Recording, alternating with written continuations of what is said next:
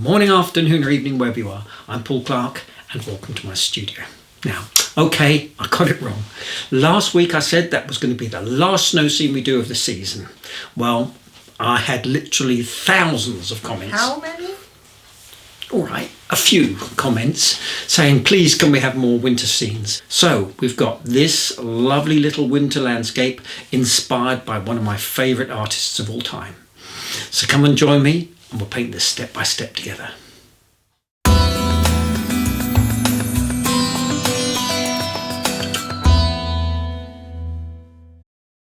So let me explain.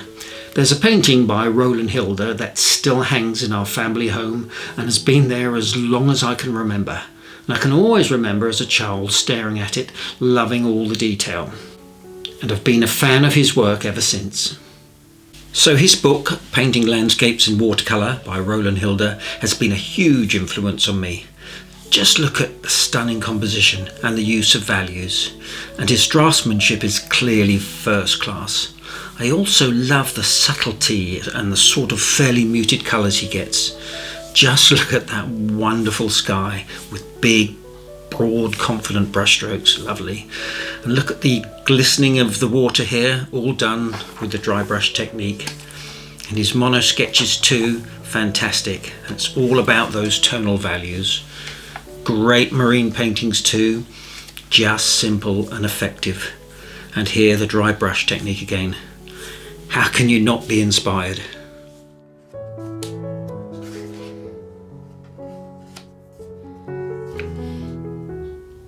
Okay, so for today's materials, my paper is some Saunders Waterford 300-pound rough. It's nice and thick, so it won't need stretching, but any decent watercolour paper will do. My colours today, a fairly limited palette. I have some yellow ochre, some alizarin crimson, burnt umber, cobalt blue, Payne's grey, and just 3 brushes, a number 6 and number 12 round, and of course my trusty number 3 rigger. Now someone asked me, aren't all my brushes trusty? Well, of course they are, but not as much as the rigger. And here is his fairly loose sketch that I've based this painting on, but I'm going to take out a few buildings and just simplify it a bit. But I love the muted colours of it. Okay, so here is my pencil sketch, which is free to download from my website, link in the description below. And I've been quite strong here with my pencil lines because I'm quite happy for them to show through on the finished painting. Off we go, wetting the sky with clean water and a mix of yellow ochre with just a touch of alizarin crimson.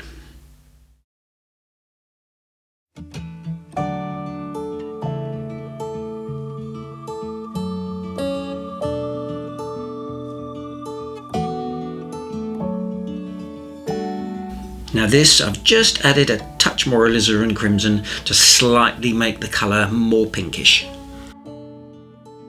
I'm also using my 3/4 inch flat brush, which I forgot to mention earlier. Oh well.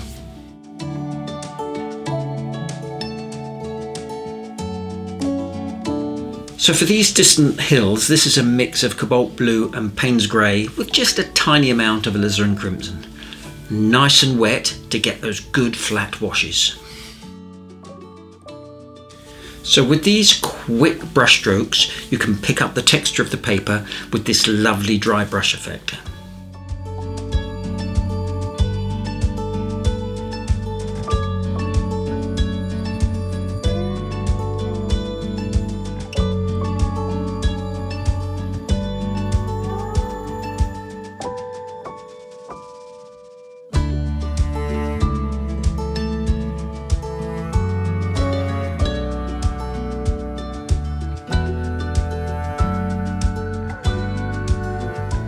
And a little splattering, of course. Oops, a little blob up here in the sky. Quickly sort that out with a wispy cloud. Obviously all planned.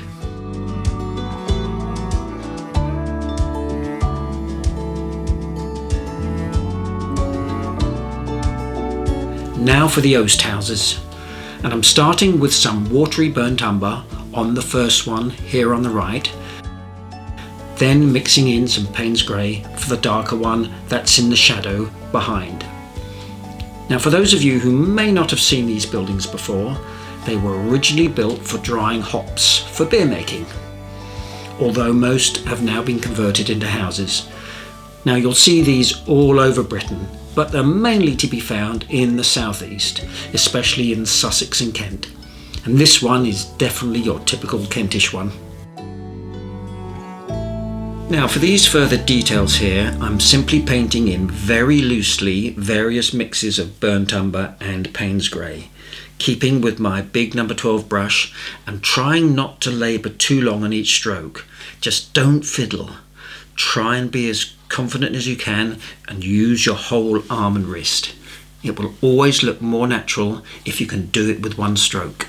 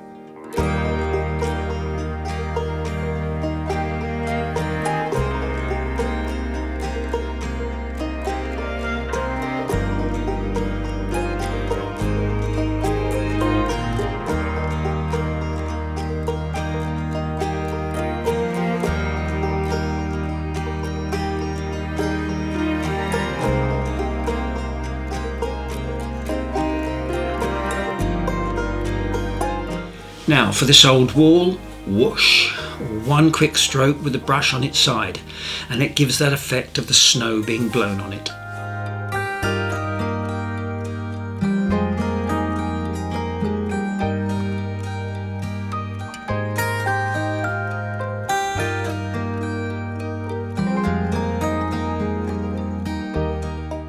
Okay, so this is the same grey mix from earlier, and I'm putting in the left-hand Oast completely in shadow, and then sweep this arch shadow to the one in front.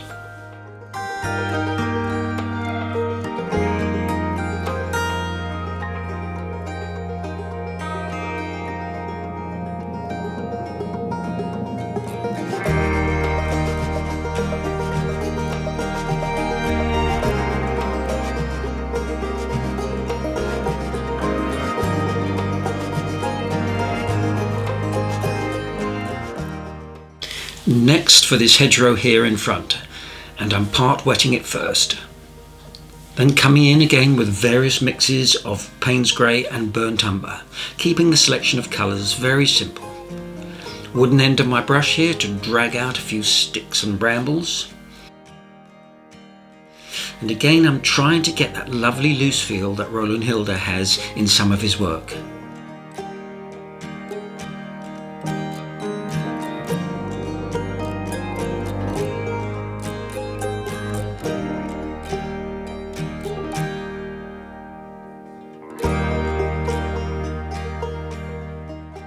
And I'm picking up again the texture from the paper by dragging my brush quickly across the surface.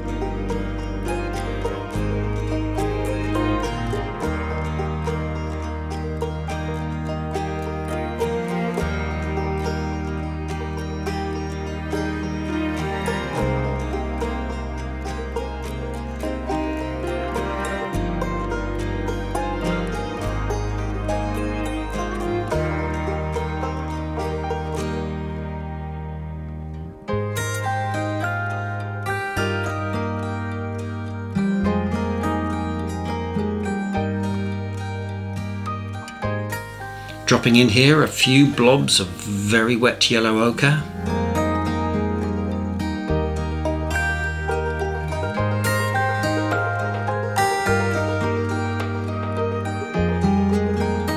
Now Now, I'm not sure he would have used salt in his work, probably too much of a traditionalist, but let's just sprinkle in a little in the foreground here and see what happens. Now, for these distant trees, this again is the dry brush technique using some burnt umber. Now I'm laying my brush dead flat and just kissing the top of the textured paper, and it's definitely worth practicing this first. And again, it looks nice and natural and not overworked. Next, I'm taking a very watery wash of burnt umber and simply softening some of these edges.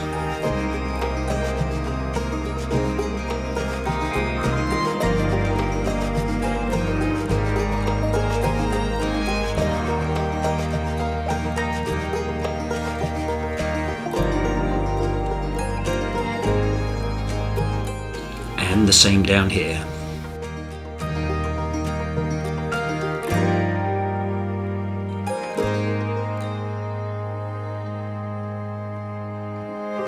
And you can see here the great effect created by the salt. So now we need to let this totally dry. So it's a perfect time for a short break and a glass of, well, what else? Kentish ale. Lovely. Okay, so now with my trusty No3 Rigger and a mix of burnt umber and Payne's grey for all these tree details. Now, if you're interested, and you may not be, but here is some Kent trivia. Now, it's often said that if you're born east of the River Medway, then you are a man of Kent. Where, if you're born from the west of the river, then you're a Kentish man. So that makes me definitely a man of Kent. And the fact that my surname is Clark doesn't mean I have any connection with Superman at all.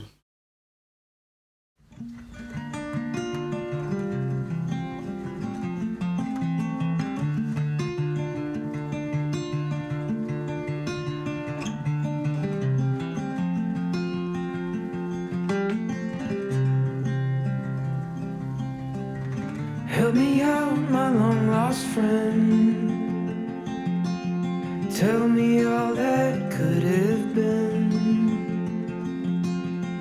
And if I start to lose myself. Next, with my number 6 brush and the same dark mix, I'm adding in all those little interesting details that really help to pull the painting together. Oh, meet me down by the coast.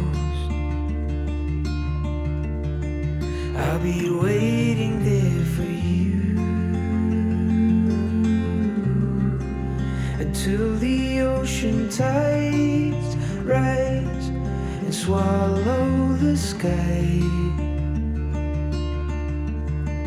I'll be waiting there for you.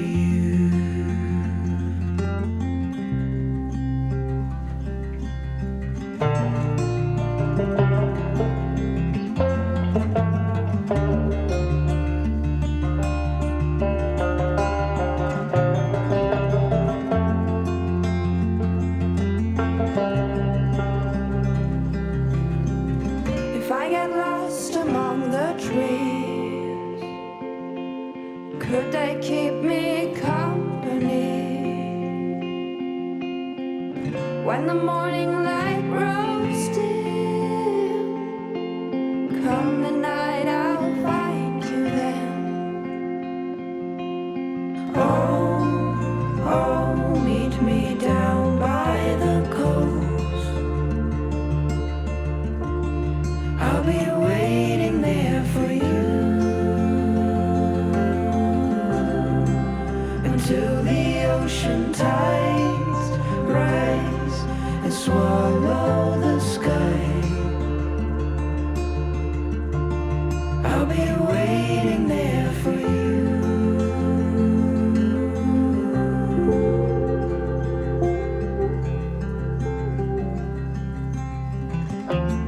On the beach you lay and watch the stars dance upon the bay, and asked the lovely night if she could stay. Oh, oh, meet me down by the coast.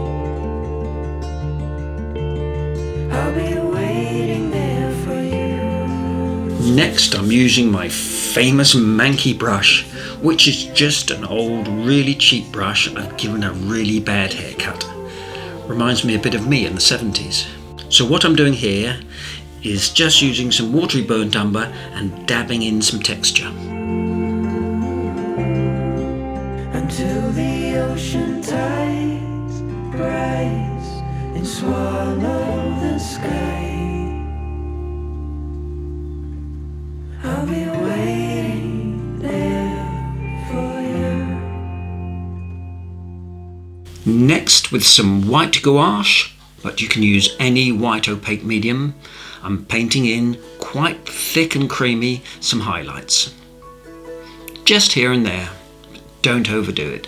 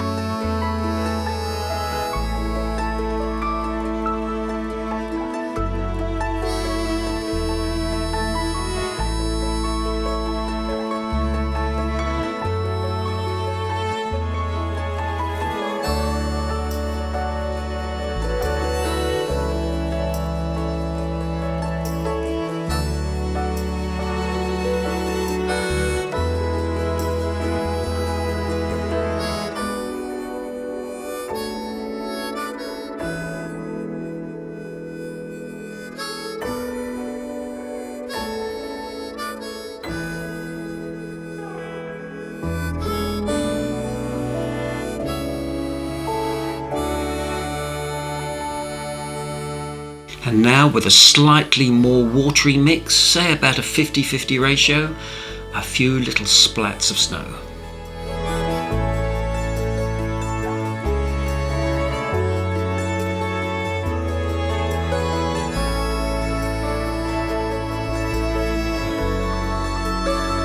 There we go, all done.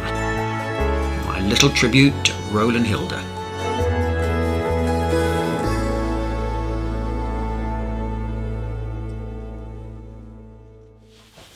Well, I hope you enjoyed that as much as I did, and you'll give it a go. Oh, and just one thing, I made a bit of an error on last week's snow scene. I talked about kangaroo tracks in the snow. Apparently you do get them. Who knew? Can't get everything right. Anyway, please don't forget to do all the usuals, like, subscribe if you haven't already, leave a comment. And I'd like to say a huge thank you to all of you who've left a tip in the tip jar. Really is appreciated. Please remember you're not under any obligation at all, but it really is appreciated. Thank you very much. So have a great Christmas, everyone, and I look forward to seeing you all again next week for another Watercolour Wednesday. Cheers now.